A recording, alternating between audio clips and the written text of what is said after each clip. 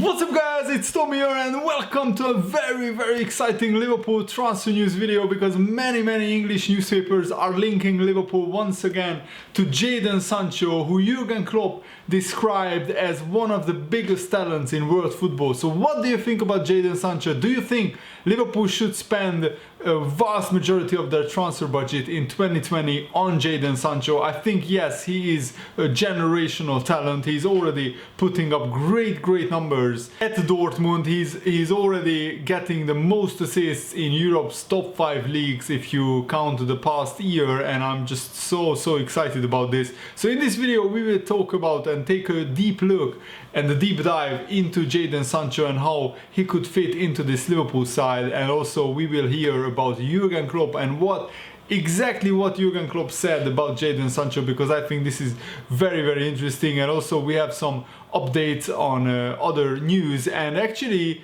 Nike is sponsoring Jadon Sancho, and Christian Walsh, who is a journalist, is writing it would open up one of the brand's most marketable young entities if Liverpool and Nike sealed their partnership, because Jadon Sancho is also partnered with Nike, and Sancho is young, English, and he possesses the unquantifiable, intangible coolness which is associated with Nike, the US company. Much like how Virgil van Dijk adorned the side of a hotel in Liverpool city centre, Sancho is a ready-made billboard across the world. Considered one of the leaders of the next generation, a group which Trent Alexander-Arnold is also a part of, Sancho would continue Liverpool's ascension into becoming the biggest club in world football, both on and off the pitch. And even Jurgen Klopp had very high praise about Jadon Sancho. Jurgen Klopp thinks the hype around Jadon Sancho is fully justified, and I quote our manager: "Jadon Sancho is an exceptional talent, but he's not the only one in England at the moment. That age group has a few. We have Ryan Brewster, who is the same age, Raheem Sterling, for example, and I don't want to forget any wingers because there are a lot of talents. Callum Hudson-Odoi, just my addition, is also a very big talent. There's a lot of very young, promising players in England, so there's no doubt about the potential of Jadon Sancho. His speed and body control in high speed is his main strength. Being good in big spaces and in small spaces makes you a pretty interesting player, and that's what Jadon Sancho is." And before Jadon Sancho went to Borussia Dortmund in 2017, Liverpool were actually interested in buying him. Jurgen Klopp wanted to buy him, but Man City didn't want to sell to a rival English club. And this is what Klopp said: "Buying English players is a smart idea because we would never have a chance to get Sancho otherwise. We are not blind, we saw him, we liked him, and then we think, can we get him? No, because English clubs don't sell to other English clubs for some reason. I don't know exactly what the reason is for that, but they don't do it. Now they can go to Germany and prosper there, which is a wonderful league." So Jadon Sancho really is on the radar of Jurgen Klopp, in my opinion. And Jadon Sancho actually talked about exactly why he left Manchester City. This is what he said: "Moving away from home was the biggest challenge, leaving my mom and my sisters behind.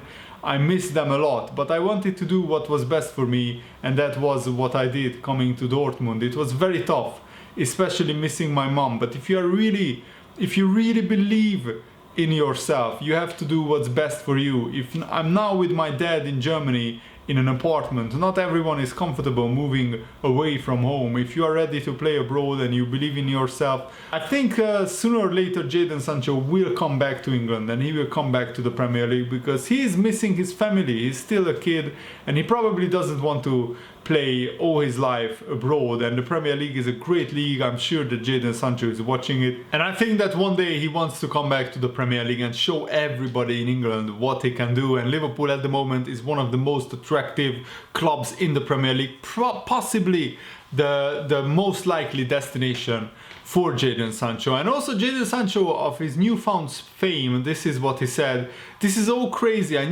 never knew you could be so well known over your success. I thought if you are doing well, everyone talks, obviously the fans talk, but I never knew they would take so much interest in me and in what I do." Salah, Mane and Firmino has scored a combined 196 goals for Liverpool.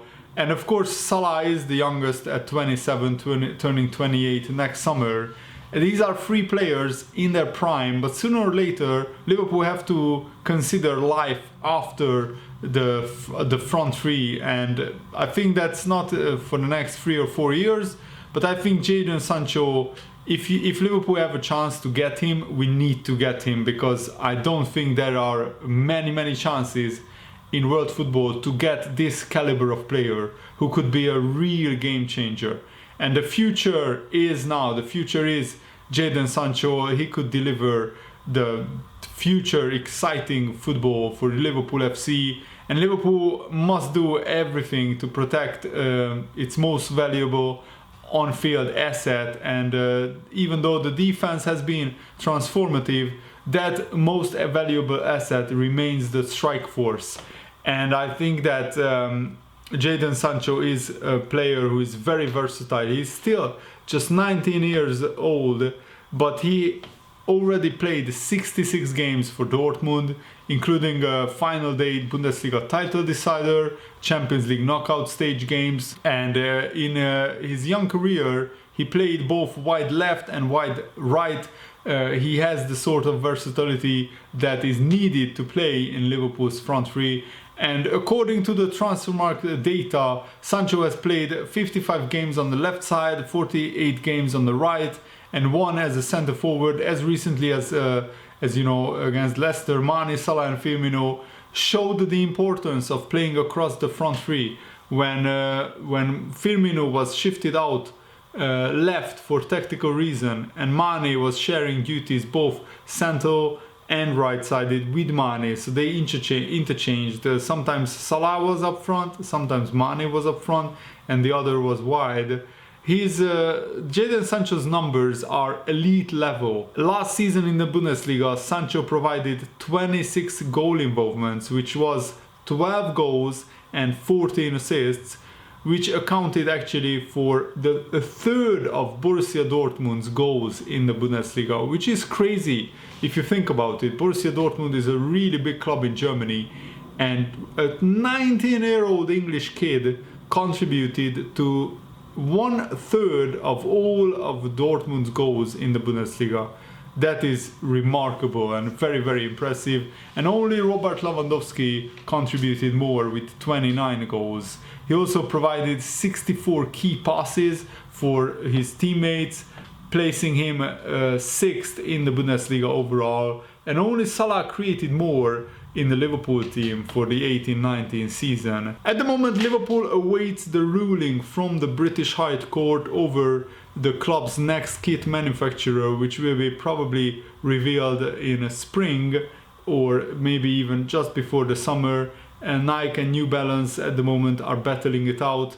And Sancho is, young and English, and he is very marketable. He is already with Nike. So if Liverpool can seal this Nike partnership, then I think that it would be just a huge deal if we could work with Nike in helping Jadon Sancho come to Liverpool. And I think it has been proven recently that Liverpool, if they want to maintain this success that they have enjoyed in the last 2 years, sooner or later we have to spend big on big players. Look at how much our team has been transformed by the signing of Van Dijk, Alisson, Fabinho. These three players honestly changed Liverpool so much. Before that, we were a really exciting top 4 team. After they joined, we were a really exciting title challenging team. And we played like champions last season, even though we didn't win the Premier League title. 97 points is a title winning form.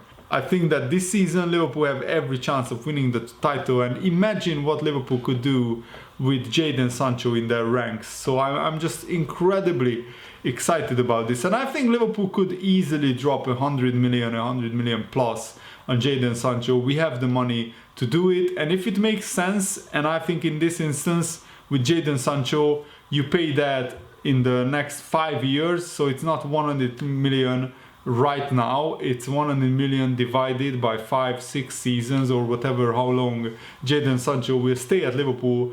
And I think it's a very good investment, because I don't think Jadon Sancho will decline in value in 5 years. In 5 or 6 years Liverpool could sell him for 100 million or even more money, because at that point he will be just 24-25 years old. It's crazy how Jadon Sancho, how young he is, and he's already one of the best wingers in the Bundesliga. Also very encouraging news for Liverpool, even though I don't wish injury on any player, but the news is that Paul Pogba has a cracked toe. He fractured one of the bones in his toe during the Rochdale FA Cup game, I think, or League Cup game.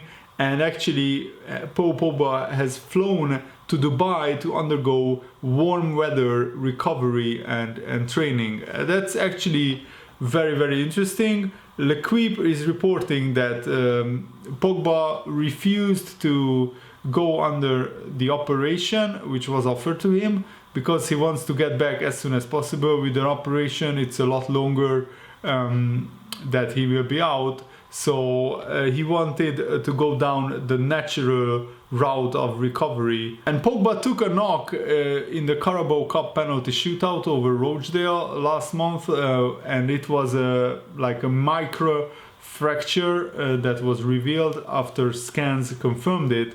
And recovery time could take 2 to 3 weeks, making him a doubt for the Liverpool clash. That's why I'm talking about this. Chris Kirkland, a former Liverpool player, has actually said that Liverpool are already too far ahead in the Premier League title race to be caught this season, which I don't agree with, but let's actually hear what he has to say. He was asked if the Premier League title is on its way to Anfield, and Kirkland said, "I honestly do think it is. Last year was so unlucky. People say losing by 1 point was devastating. I would rather have lost by 1 point than be 15 or 16 points behind Manchester City." I think with Man City's injury problems they have got at the back, Laporte is a huge miss. Vincent Kompany is also a massive miss for Man City. At the back you can get at them. Man City are vulnerable. When we play them, if we can take points off them, then all of a sudden you are talking double figures. Can you see us losing 4 or 5 games this season? Not the way that we are playing, no. And if Liverpool beat Manchester United next weekend, then we can match Manchester City's 18-game winning streak. What is a little bit unlucky for Liverpool is that 9 of those 17 wins that we have so far have come last season. So this season it's only 8 wins. I say that loosely, because to start the season with 8 wins in a row is an incredible, crazy achievement. And I think that Liverpool have the tools to beat Manchester United, but Man United away is never an easy game. Everybody is waiting for Liverpool to thrash Man United, but I don't think it will happen. Man United always raise their game against Liverpool, no matter what competition, what stage of the season they are in, and away at Old Trafford with the hostile atmosphere, it will be a tough game. I still expect Liverpool to win, but it will be a lot more difficult than many people expect, in my opinion. But it's perfectly set up for a blockbuster game, and Kirkland said, what a place to do it against Manchester United. You wouldn't put it past them for Liverpool to go there and win. Manchester United are going through a tough spell, but Ole Gunnar Solskjaer will make sure that they are up for that game. The fans know what that means, but I expect Liverpool to go there and get a result. I just don't think Manchester United can stop us. That's what Kirkland said. The way we go forward, the way we defend, we are all solid all over the pitch. I think we will get the 3 points. At the moment, of course, it looks like Liverpool will win the title, but you have to know how football works. it can change in an instant. 1 or 2 injuries to key players, I don't want those to happen, but 1 or 2 injuries to key players and Liverpool could be in trouble. The momentum could swing again and the Man City could bring the momentum back, because if there is one team who can win many games in a row, it's Manchester City. I mean, they won 18 games in a row 2 seasons ago. They won 14 games last season to win the title. I still can't believe they did it, honestly, because I don't remember any title race where a team won 18 games in a row to win the title. And even if they just drop points in one game, Liverpool would have been champions. But it's all water under the bridge. What Liverpool need to focus on is to keep winning, to keep concentrating just on the next game, and then I think we will be fine. And there has been a remarkable statistic about Jurgen Klopp's Liverpool tenure. Liverpool have won 75 points from losing positions, which is 20 wins and 15 draws. They have scored 61 goals after the 80th minute, and 24 of those goals came in stoppage time. That is remarkable. That is like prime Manchester United under Sir Alex Ferguson. That is just crazy. This is why Liverpool are called mentality giants by Jurgen Klopp, because their mentality is just second to none. How they never give up. And the most famous victory probably is the Divock Origi one, where we won against Everton in the last minute. But Sadio Mane also scored a winner in the last minute against Everton, and we won recently against Leicester in the last minute. So there has been so many games. I mean, 61 goals after the 80th minute. That is crazy. And that shows that Liverpool usually tire the opposition out, and we just hammer them in the last 10 minutes. Brilliant. I really hope that you guys enjoyed this video. Thanks for watching. See you later. Goodbye.